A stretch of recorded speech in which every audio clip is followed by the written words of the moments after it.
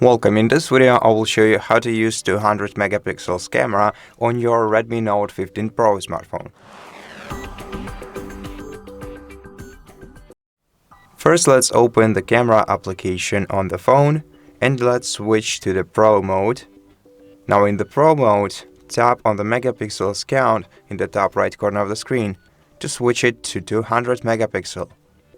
Now, in order to take a good photo, make sure that the lighting in your room is adequate and hold your camera steady for best results.